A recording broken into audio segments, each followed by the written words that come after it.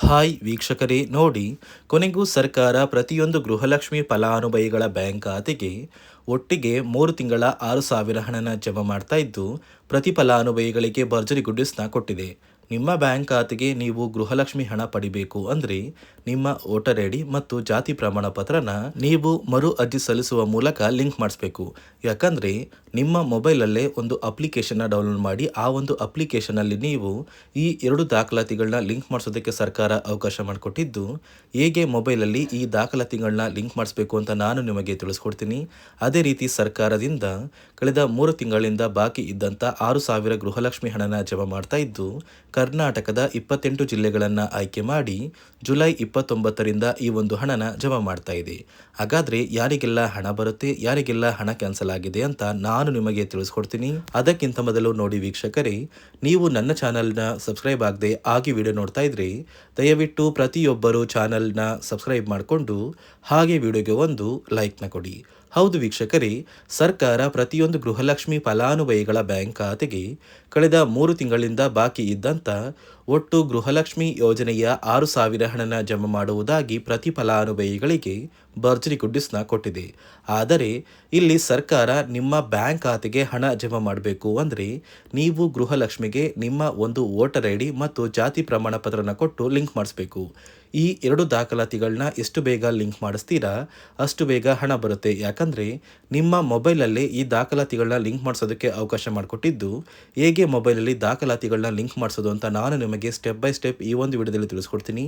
ಅದೇ ರೀತಿ ಸರ್ಕಾರದಿಂದ ಕರ್ನಾಟಕದ 28 ಜಿಲ್ಲೆಗಳನ್ನು ಆಯ್ಕೆ ಮಾಡಿ ಜುಲೈ 29ರಿಂದ ಅಂದರೆ ಬುಧವಾರದಿಂದ ಪ್ರತಿ ಫಲಾನುಭವಿಗಳಿಗೆ ಈ 3 ತಿಂಗಳ 6,000 ಹಣನ ಜಮಾ ಮಾಡ್ತಾ ಇದ್ದು, ಯಾವ ಫಲಾನುಭವಿಗಳಿಗೆ ಹಣ ಬರುತ್ತೆ, ಯಾರಿಗೆಲ್ಲ ಹಣ ಕ್ಯಾನ್ಸಲ್ ಆಗಿದೆ ಅಂತ ನಾನು ನಿಮಗೆ ತಿಳಿಸ್ಕೊಡ್ತೀನಿ. ನೋಡಿ ವೀಕ್ಷಕರೇ, ಮೊದಲು ಸರ್ಕಾರ ಯಾವ ಕಾರಣಕ್ಕೆ ಗೃಹಲಕ್ಷ್ಮಿ ಯೋಜನೆಗೆ ಹೊಸ ರೀತಿಯ ಒಂದು ನಿಯಮಗಳನ್ನ ತಂದಿದೆ ಅಂದರೆ, ಇಲ್ಲಿ ಗೃಹಲಕ್ಷ್ಮಿಯಲ್ಲಿ ಸುಮಾರು 6ರಿಂದ 7 ಲಕ್ಷಕ್ಕಿಂತ ಅಧಿಕ ಮಹಿಳೆಯರ ಹತ್ರ ಒಂದು ವೋಟರ್ ಐ ಡಿ ಕಾರ್ಡ್ ಇಲ್ಲ. ಅಂದರೆ ವೋಟರ್ ಐ ಡಿ ಇಲ್ಲ ಅಂದರೂ ಕೂಡ ಅವರು ಸರ್ಕಾರದಿಂದ ಬರುವ ಗೃಹಲಕ್ಷ್ಮಿ ಹಣನ ಪಡಿತಾ ಇದ್ದಾರೆ.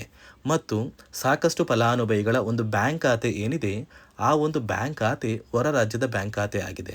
ಅಂದರೆ ಕರ್ನಾಟಕದಲ್ಲಿರುವಂತಹ ಫಲಾನುಭವಿಗಳು ಬೇರೆ ರಾಜ್ಯದಲ್ಲಿ ಹೊಂದಿರುವಂತಹ ಒಂದು ಬ್ಯಾಂಕ್ ಖಾತೆನ ಕೊಟ್ಟು ಗೃಹಲಕ್ಷ್ಮಿ ಹಣನ ಪಡಿತಾ ಇದ್ದಾರೆ.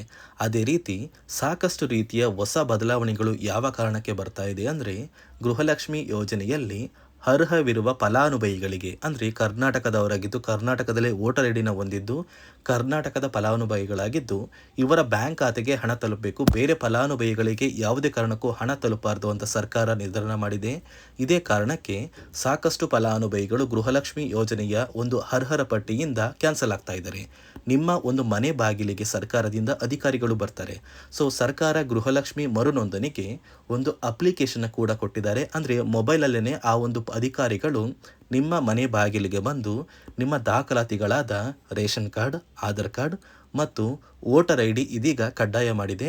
ಅದೇ ರೀತಿ ಜಾತಿ ಪ್ರಮಾಣ ಪತ್ರ ಬೇಕಾಗುತ್ತಂತ ನೀವು ಕೇಳಿದ್ರೆ ಸದ್ಯಕ್ಕೆ ಸರ್ಕಾರ ಯಾವುದೇ ರೀತಿಯ ಜಾತಿ ಪ್ರಮಾಣ ಪತ್ರನ ಕೇಳ್ತಾ ಇಲ್ಲ. ಬದಲಿಗೆ ನಿಮ್ಮ ಒಂದು ಪತಿಯ ಆಧಾರ್ ಕಾರ್ಡ್, ನಿಮ್ಮ ಒಂದು ವೋಟರ್ ಐ ಡಿ ಮತ್ತು ನಿಮ್ಮ ಒಂದು ಮನೆಯ ರೇಷನ್ ಕಾರ್ಡ್ನ ಕೊಟ್ಟು ನೀವು ಗೃಹಲಕ್ಷ್ಮಿಗೆ ಮರು ನೋಂದಣಿನ ಮಾಡ್ಕೋಬೇಕು. ಈ ಒಂದು ಕೆಲಸನ ಮಾಡೋದು ಗ್ರಾಮದಿಂದ ಕೆಲವು ಅಧಿಕಾರಿಗಳು ಬರ್ತಾರೆ. ಅಂದರೆ ಗ್ರಾಮ ಅಭಿವೃದ್ಧಿ ಇಲಾಖೆಯಿಂದ ಕೆಲವೊಂದು ಅಧಿಕಾರಿಗಳು ಬಂದರೆ ಅಂಗನವಾಡಿಯ ಕಾರ್ಯಕರ್ತರು ಕೂಡ ನಿಮ್ಮ ಮನೆ ಬಾಗಿಲಿಗೆ ಬಂದು ಪ್ರತಿ ಫಲಾನುಭವಿಗಳ ದಾಖಲಾತಿಗಳನ್ನ ಎಂಟ್ರಿ ಮಾಡ್ಕೊಂಡು ಹೋಗ್ತಾರೆ. ಸೊ ಆ ಒಂದು ಫಲಾನುಭವಿಗಳು ಎಂಟ್ರಿ ಮಾಡಿದ ನಂತರ ಸರ್ಕಾರದಿಂದ ನಿಮಗೆ ಒಂದು ನೋಟಿಫಿಕೇಶನ್ ಬರುತ್ತೆ. ನಿಮ್ಮ ಮೊಬೈಲ್ ನಂಬರ್ ಏನಿದೆ ಆ ಒಂದು ಮೊಬೈಲ್ ನಂಬರ್ಗೆ ಒಂದು ಮೆಸೇಜ್ ಬರುತ್ತೆ. ಅಂದರೆ ನಿಮ್ಮ ಗೃಹಲಕ್ಷ್ಮಿ ಮರು ನೋಂದಣಿ ಅರ್ಜಿನ ನಾವು ಸ್ವೀಕಾರ ಮಾಡಿದ್ದೀವಿ ಮತ್ತು ಮುಂದಿನ ದಿನಗಳಲ್ಲಿ ನಿಮ್ಮ ಒಂದು ಗೃಹಲಕ್ಷ್ಮಿ ಹಣನ ನಿಮ್ಮ ಬ್ಯಾಂಕ್ ಖಾತೆಗೆ ಜಮಾ ಮಾಡ್ತೀವಿ ಅಂತ ಸರ್ಕಾರದಿಂದಲೇ ಒಂದು ಮೆಸೇಜ್ನ ಕಳಿಸ್ತಾರೆ. ಆದರೆ ನೀವು ನಿಮ್ಮ ಮೊಬೈಲ್ ನಂಬರ್ನ ಆಕ್ಟಿವ್ ಆಗಿರುವಂತಹ ಮೊಬೈಲ್ ನಂಬರ್ನ ಕೊಡಬೇಕು. ಯಾಕಂದರೆ ನಿಮ್ಮ ಬ್ಯಾಂಕ್ ಖಾತೆಗೆ ಲಿಂಕ್ ಆಗಿರುವಂತಹ ಮೊಬೈಲ್ ನಂಬರ್ ಬೇರೆ ಇರುತ್ತೆ ಮತ್ತು ನೀವು ಹೊಂದಿರುವಂತಹ ಒಂದು ಮೊಬೈಲ್ ನಂಬರ್ ಬೇರೆ ಇರುತ್ತೆ. ಇದೇ ಕಾರಣಕ್ಕೆ ಕರೆಕ್ಟ್ ಆಗಿರುವಂತಹ ಒಂದು ಮೊಬೈಲ್ ನಂಬರ್ನ ಕೊಟ್ಟರೆ ಆದಷ್ಟು ಬೇಗ ನೀವು ಮರು ಅರ್ಜಿನ ಹಾಕಿ ಗೃಹಲಕ್ಷ್ಮಿ ಹಣನ ಪಡ್ಕೋಬೋದು. ಅದೇ ರೀತಿ ನೀವು ಹೊಂದಿರುವ ಬ್ಯಾಂಕ್ ಖಾತೆ ಏನಿದೆ ಆ ಒಂದು ಬ್ಯಾಂಕ್ ಖಾತೆನ ನೀವು ಆ್ಯಕ್ಟಿವ್ ಆಗಿ ಇಟ್ಕೋಬೇಕು. ಅಂದರೆ ಯಾವುದೇ ರೀತಿಯ ಒಂದು ವಹಿವಾಟನ್ನು ನಡೆಸ್ತಾ ಇಲ್ಲ ಅಂದರೆ ನಿಮ್ಮ ಒಂದು ಬ್ಯಾಂಕ್ ಖಾತೆಗೆ ಗೃಹಲಕ್ಷ್ಮಿ ಹಣ ಖಂಡಿತವಾಗಿಯೂ ಬರೋದಿಲ್ಲ. ಅದೇ ರೀತಿ ನೋಡಿ ವೀಕ್ಷಕರೇ, ನಿಮ್ಮ ಮನೆಯ ಕುಟುಂಬರು ಅಂದರೆ ಗೃಹಲಕ್ಷ್ಮಿ ಯೋಜನೆಯ ಒಂದು ಸದಸ್ಯ ಏನಾರನ್ನು ಮರಣ ಹೊಂದಿದ್ದು ಅವರ ಬದಲಾಗಿ ನೀವು ಅಪ್ಲಿಕೇಶನ್ ಹಾಕ್ತೀವಿ ಅಂದರೆ ಅದು ಸಾಧ್ಯವಿಲ್ಲ. ಯಾಕಂದರೆ ನಿಮ್ಮ ಒಂದು ರೇಷನ್ ಕಾರ್ಡಲ್ಲಿ ಮನೆಯ ಯಜಮಾನಿ ಯಾರಿರ್ತಾರೆ ಅವರೇ ಮಾತ್ರ ಗೃಹಲಕ್ಷ್ಮಿ ಯೋಜನೆಗೆ ಅರ್ಹರಾಗಿರ್ತಾರೆ.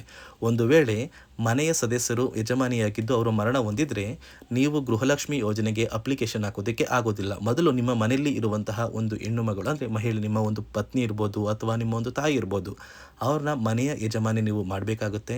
ಸೊ ಮನೆಯ ಯಜಮಾನಿ ಮಾಡಿದ ನಂತರ ಮಾತ್ರ ನೀವು ಗೃಹಲಕ್ಷ್ಮಿಯ ಸೌಲಭ್ಯನ ಪಡ್ಕೋಬೋದು. ಒಂದು ವೇಳೆ ನೀವು ಗೃಹಲಕ್ಷ್ಮಿಗೆ ಹೊಸದಾಗಿ ಅರ್ಜಿ ಹಾಕಬೇಕು ಅಂದರೆ ಇದೀಗ ಸರ್ಕಾರ ಅದಕ್ಕೂ ಕೂಡ ಕರ್ನಾಟಕ ಒನ್, ಗ್ರಾಮ ಒನ್ ಅಥವಾ ಬೆಂಗಳೂರು ಒನ್ ಸೇವಾ ಕೇಂದ್ರದಲ್ಲಿ ಅವಕಾಶ ಮಾಡಿಕೊಟ್ಟಿದೆ.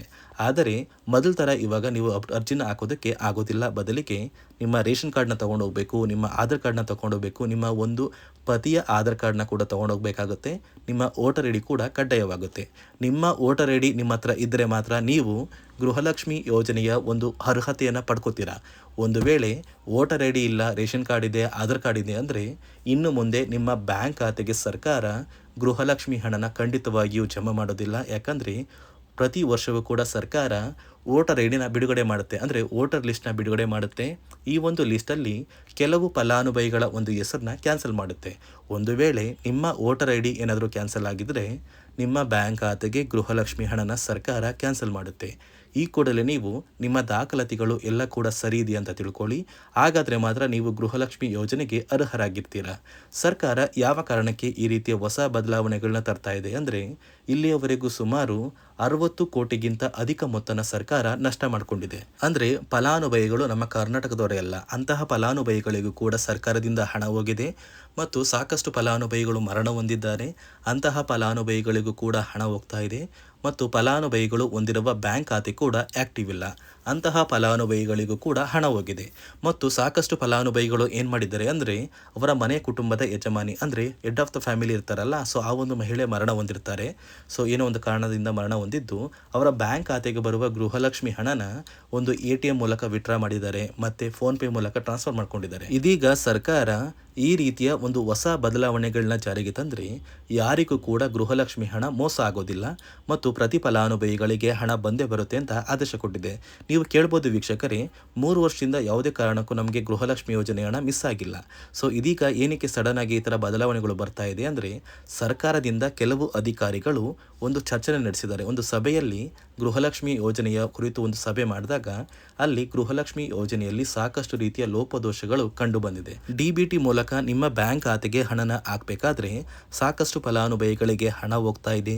ಸಾಕಷ್ಟು ಫಲಾನುಭವಿಗಳಿಗೆ ಹಣ ಹೋಗಿದ್ರು ಅವರ ಬ್ಯಾಂಕ್ ಖಾತೆಗೆ ಜಮಾ ಆಗ್ತಾ ಇಲ್ಲ, ಬದಲಿಗೆ ಆ ಒಂದು ಹಣ DBTಯಲ್ಲೇ ಸ್ಟಕ್ ಆಗ್ತಾ ಇದೆ. ಮತ್ತು ಸರ್ಕಾರಕ್ಕೂ ಕೂಡ ಆ ಒಂದು ಹಣ ಬರ್ತಾ ಇಲ್ಲ. ಮತ್ತು ಸರ್ಕಾರ ಹಾಕಿರುವ ಹಣ ಇನ್ನೂ ಕೂಡ ಹಾಗೇ ಇದೆ. ಸಾಕಷ್ಟು ಫಲಾನುಭವಿಗಳು ಆ ಒಂದು ಹಣನ ಯೂಸ್ ಕೂಡ ಮಾಡ್ತಾ ಇಲ್ಲ, ಅಂದರೆ ಅದು ಬ್ಯಾಂಕ್ ಖಾತೆಯಲ್ಲಿ ಹಂಗೇನೆ ಇದೆ. ಇದೇ ಕಾರಣಕ್ಕೆ ಸರ್ಕಾರ ಈ ರೀತಿಯ ಹೊಸ ಬದಲಾವಣೆಗಳನ್ನ ತಂದಿದ್ದು, ಯಾರೆಲ್ಲ ಫಲಾನುಭವಿಗಳು ಸರ್ಕಾರಕ್ಕೆ ತೆರಿಗೆನ ಕಟ್ತಾ ಇದ್ದೀರಾ, ಗೌರ್ನಮೆಂಟ್ ಜಾಬಲ್ಲಿದ್ದೀರಾ ಮತ್ತು ಇನ್ಕಮ್ ಟ್ಯಾಕ್ಸ್ನ ಪೇ ಮಾಡ್ತಾ ಇದ್ದೀರಾ, ಇಂತಹ ಫಲಾನುಭವಿಗಳ ಹೆಸರನ್ನ ಇನ್ನು ಮುಂದೆ ಸರ್ಕಾರ ಗೃಹಲಕ್ಷ್ಮಿ ಯೋಜನೆಯಿಂದ ಕ್ಯಾನ್ಸಲ್ ಮಾಡಿದೆ. ನಿಮ್ಮ ಒಂದು ರೇಷನ್ ಕಾರ್ಡ್ BPL ರೇಷನ್ ಕಾರ್ಡಿಂದ APL ಆಗಿದ್ರು ಕೂಡ ನೀವು ಗೃಹಲಕ್ಷ್ಮಿ ಯೋಜನೆಯನ್ನು ಪಡೆಯೋದಕ್ಕೆ ಅರ್ಹರಾಗಿರ್ತೀರಾ. ನೋಡಿ ವೀಕ್ಷಕರೇ, ಸರ್ಕಾರದಿಂದ ಗೃಹಲಕ್ಷ್ಮಿ ಯೋಜನೆಯ ಪ್ರತಿ ಫಲಾನುಭವಿಗಳಿಗೆ 3 ತಿಂಗಳ 6,000 ಹಣನ ಕೊನೆಗೂ ಜಮಾ ಮಾಡ್ತಾ ಇದ್ದು, ನಾಳೆ ಬುಧವಾರ ಜುಲೈ 29ರಂದು ಕರ್ನಾಟಕದ 28 ಜಿಲ್ಲೆಗಳಿಗೆ ಈ 6,000 ಹಣ ಬರ್ತಾ ಇದ್ದು, ಆ ಒಂದು ಜಿಲ್ಲೆಗಳ ಹೆಸರು ಬಳ್ಳಾರಿ, ಬೀದರ್, ಕಲಬುರಗಿ, ಕೊಪ್ಪಳ, ರಾಯಚೂರು, ಯಾದಗಿರಿ, ವಿಜಯನಗರ, ಬೆಂಗಳೂರು ನಗರ, ಬೆಂಗಳೂರು ಗ್ರಾಮಾಂತರ, ರಾಮನಗರ, ಚಿಕ್ಕಬಳ್ಳಾಪುರ, ಚಿತ್ರದುರ್ಗ, ದಾವಣಗೆರೆ, ಕೋಲಾರ, ಶಿವಮೊಗ್ಗ, ತುಮಕೂರು, ಚಾಮರಾಜನಗರ, ಚಿಕ್ಕಮಗಳೂರು, ದಕ್ಷಿಣ ಕನ್ನಡ, ಹಾಸನ, ಕೊಡಗು, ಮಂಡ್ಯ, ಮೈಸೂರು, ಉಡುಪಿ, ಬಾಗಲಕೋಟೆ, ಬೆಳಗಾವಿ, ವಿಜಯಪುರ, ಧಾರವಾಡ, ಗದಗ, ಹಾವೇರಿ, ಉತ್ತರ ಕನ್ನಡ ಹೀಗೆ ಸರ್ಕಾರ ಒಟ್ಟು 3 ತಿಂಗಳ ಗೃಹಲಕ್ಷ್ಮಿ ಯೋಜನೆಯ 6,000 ಹಣನ ಜಮಾ ಮಾಡಲಿದ್ದು, ನಿಮ್ಮ ಬ್ಯಾಂಕ್ ಖಾತೆಗೂ ಕೂಡ ಹಣ ಬಂದೇ ಬರುತ್ತೆ. ಈ ಒಂದು ವಿಡಿಯೋನ ನಿಮ್ಮ ಪ್ರತಿಯೊಂದು ಸ್ನೇಹಿತರಿಗೆ ಶೇರ್ ಮಾಡಿ, ಅವರ ಬ್ಯಾಂಕ್ ಖಾತೆಗೂ ಕೂಡ ಹಣ ಬರುತ್ತೆ ಅಂತ ತಿಳಿಸಿ ಅಂತ ಹೇಳ್ತಾ, ಇದಿಷ್ಟು ಸರ್ಕಾರದಿಂದ ಬಂದಿರುವ ಮಾಹಿತಿಯಾಗಿದ್ದು, ನಾನು ಕೊಟ್ಟಿರುವ ಮಾಹಿತಿ ನಿಮಗೆ ಇಷ್ಟ ಆಗಿದ್ದಲ್ಲಿ ನನ್ನ ಚಾನಲ್ನ ಸಬ್ಸ್ಕ್ರೈಬ್ ಮಾಡಿಕೊಂಡು ಹಾಗೆ ವಿಡಿಯೋಗೆ ಒಂದು ಲೈಕ್ನ ಕೊಡಿ.